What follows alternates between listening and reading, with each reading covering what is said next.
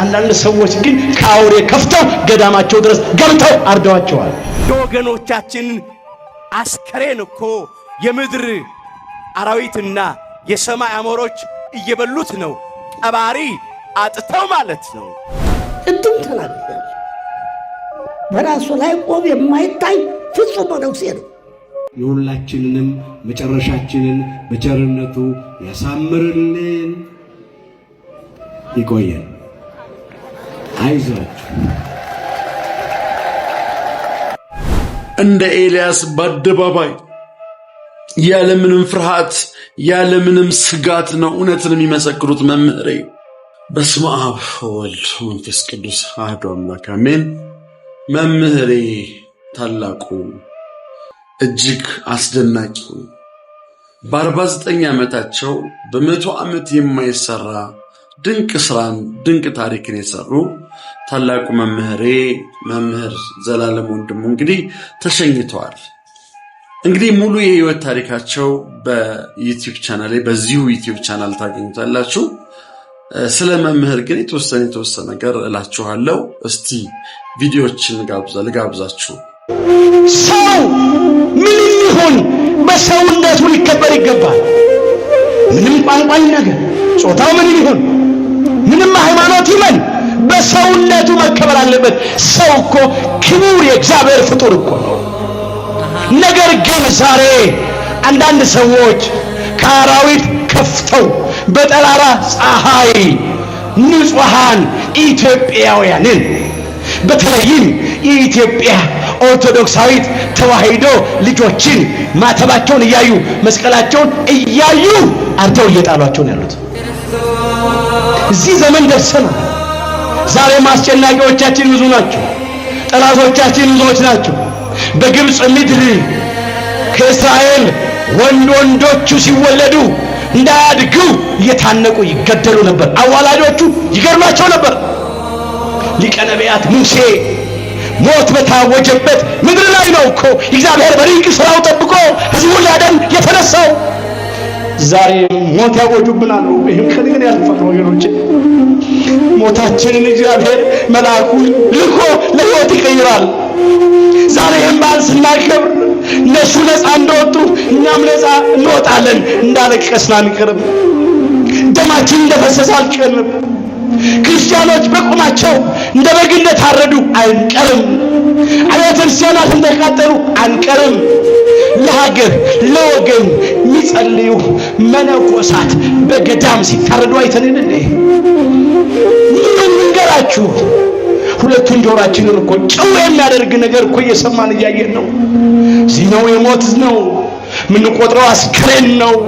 ድምፅ አራዊቱን ግርማ ሌሊቱን ጸባጋንንቱን ታግሰው በጾም በጸሎት በስግደት ተጠምደው ዓለምን ንቀው የሚኖሩ መነኮሳት አራዊት አስለምደው ይኖራሉ። ከአናብርት ጋር ይኖራሉ። አንዳንድ ሰዎች ግን ከአውሬ ከፍተው ገዳማቸው ድረስ ገብተው አርደዋቸዋል። ምን ያልተፈጸመ ግፍ አለ?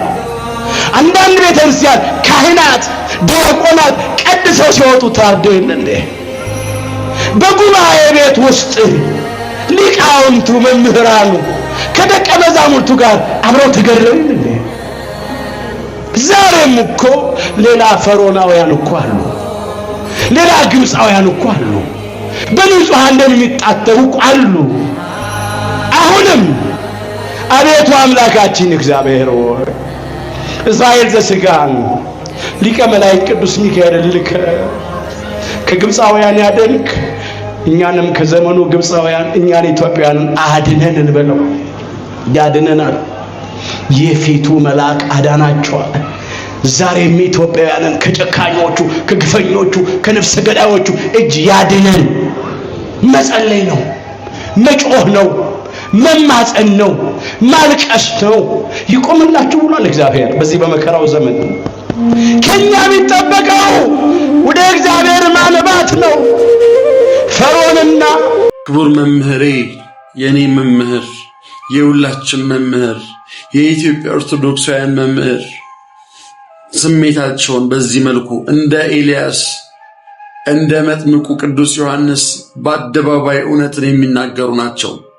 ያ ብቻ አይደለም፣ ክቡር መምህራችን እኔ የእሳቸው ፍሬ ነኝ። በደብረ ዘይት በቅዱስ ሩፋኤል በነበረው በዛ አገልግሎታቸው የእውነቴን ነው የምላችሁ ለወንጌል አገልግሎት ራሴን የለየሁት የእሳቸውን ትምህርት እየሰማው ነው። የታላቁ መምህሬን የመምህር ዘላለምን ፍሬ ነኝ እኔ ራሴ። እንደ ኤልያስ በአደባባይ ያለምንም ፍርሃት ያለምንም ስጋት ነው እውነትን የሚመሰክሩት መምህሬ። ይህንን መምህሬን የሸኘ ነው። ይህን መምህሬን የተለየን። አዎ ወንድማቸው መጋቤ ሐዲስ አድነው ወንድሜ መምህሬ እሱም ለዚህ ነው በዚህ ዘመን እያለ በእልህና በቁጭት የተናገረው ቪዲዮን አይተነው እንመለስ። በ49 ዓመቱ ትቶን ሄደዋል። በዚህ ዘመን ዘላለም በዚህ ዘመን ቤተ ክርስቲያን ከውጭም ፈተና ባለባት በዚህ ዘመን መጽናናት በምንፈልግበት በዚህ ዘመን ኑሮ በከበደን በዚህ ዘመን ዘልዬ ወንድሜ የኔ መኩሪያ እንድታለቅሱ አይደለም ብታለቅሱም ችግር የለም። አዎ መምህሬን ያጣናቸው በተጨነቅንበት በዚህ ዘመን ነው። ክፎች በሰለጠኑብን በዚህ ዘመን ነው። ደማችን በሚፈስበት በተለያየ ቦታ ክርስቲያኖችን ማሳደድ፣ መግደል ፍትህ በሚመስልበት በዚህ ዘመን አጽናኙን እውነተኛውን መምህረ ወመገስጹን ክቡር መምህሬን አጣሁት። ይብላኝ ለኔ እንደኔ ላለው በኃጢአት ለተጨማለቀው ማን ነው? የተጣመምኩት እኔን የሚያቀናኝ ማን ነው? የተጣመምነው እኛን የሚያቃናን ማን ነው? መምህራችን መምህር ዘላለም ወንድሙ። ያሳዝናል። አዎ ያስጨንቃል። አዎ ያስከፋል። በዚህ ዘመን እርሱን ማጣት ያስከፋል። ኦርቶዶክሳውያን በእውነት ነው የምላችሁ ያስከፋል። ምን ብዬ እንደምሰራ ቪዲዮ እንኳን ግራ ገብቶኝ ነው ያለሁት። በዚህ ሰሞን የሚሰማኝ ስሜት ሁሉ ተስፋ መቁረጥ የሚመስል ነገር ነው። እንዲህ ያሉ እውነተኛ እረኛ እውነት የሆነውን የክርስቶስን ወንጌል በዚህ መንገድ የሚናገሩትን ማጣት ያስከፋል፣ ያስጨንቃል። እግዚአብሔር ልጆች ምን ያልተናገሩት ዘመን አለ። ስቃያችንን ተመልከቱት ይህን ቪዲዮ። ክርስቲያኖች የኢትዮጵያ ኦርቶዶክሳዊ ተዋሕዶ ልጆች በሃይማኖታቸው ምክንያት በተኙበት እየታረዱ ነው። ለአገልግሎት በገቡበት በቤተ መቅደስ እየታረዱ ነው። በቤተ ክርስቲያን ቅጥር እየተገደሉ ነው። ሰው ሆነው ተፈጥረው ከአውሬ ከፍተው የሚኖሩ ምድራችን ላይ በቅለዋል። በኢትዮጵያ ምድር ላይ ዛሬ የምናየው እሱ ሁሌ የምንሰማው የሞት ዜና ነው። እግዚአብሔር በቃችሁ ይበለን። ይህን የመከራ ዘመን ያሳጥርልን። እግዚአብሔር ለበቀል ይነሳል። እግዚአብሔር ዋጋ ይከፍላል። የሰውን ደም የሚያፈሱ የነሱ ደም ሳይፈስ አይቀርም። የሰውን ደም የሚያፈርስ የሱ ደም ይፈሳል። እግዚአብሔር ሰውን በመልኩ ፈጥሮታልና ይላል ኦሪት ዘፍጥረት ምዕራፍ 9 ቁጥር 6 ላይ። ጊዜውን ጠብቆ እግዚአብሔር ይፈርዳል። ግን ዛሬ ጊዜ ሰጥቶናል ብለው ተመልከቱ። እንዲህ ያለውን መምህር ያጣ ነው። ሌሎችማ ፈርተው ዝም ብለዋል።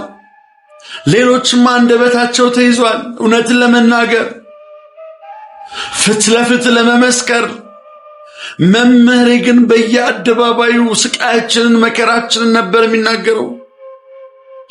የኔ መምህር ይብላኝ ለኔ። እርሱማ ወደ ተሻለው ሄዷል። ደግሞም ያውቀዋል። ተመልከቱ መምህሬ የሚለውን። መቼ እንደምንጠራ ስለማናውቅ ሁል ጊዜ ተዘጋጅቶ መኖር። ድልዋን የክሙ ሀልው ይላል። ተዘጋጅታችሁ ኑሩ። ለምን? በመጀመሪያ አምላካችን ይመጣበትን ቀን አናቅም፣ ዳግም ምጽአቱ። ሁለተኛ መልአከ ሞት ይመጣበትን ቀን አናቅም።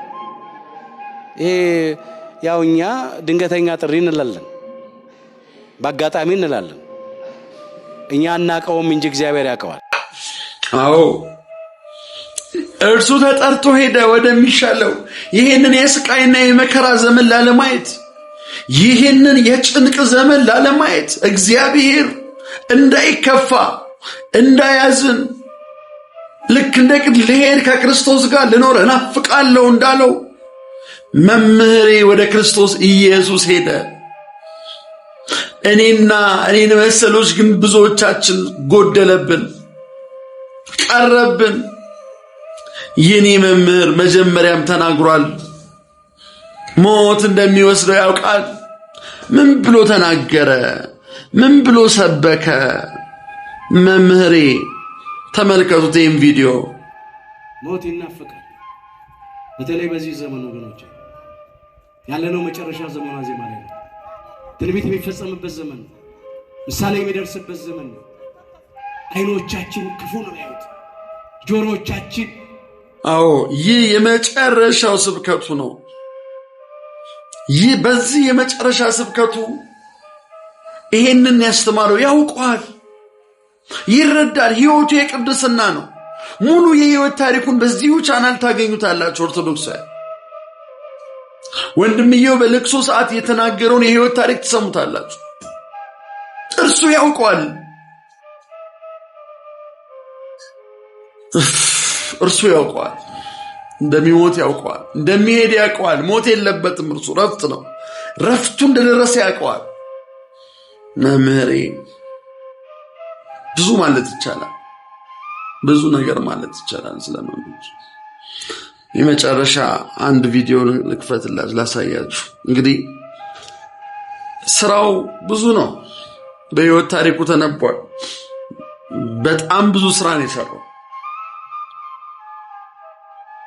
በደቡብ ኢትዮጵያ ክርስትና እያስነሳ ነጠላ እየገዛ እሬሱ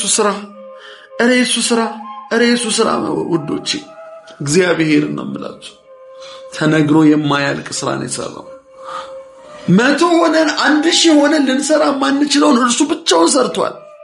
ራሱን ለክርስቶስ መንግስት ለይቷል። ራሱን ለጌታ ቤተክርስቲያን ለይቷል። እንግዲህ የመጨረሻ አገልግሎቱ ነው። መጨረሻችንን በቸርነቱ ያሳምርልን። ይቆየን። አይዟችሁ።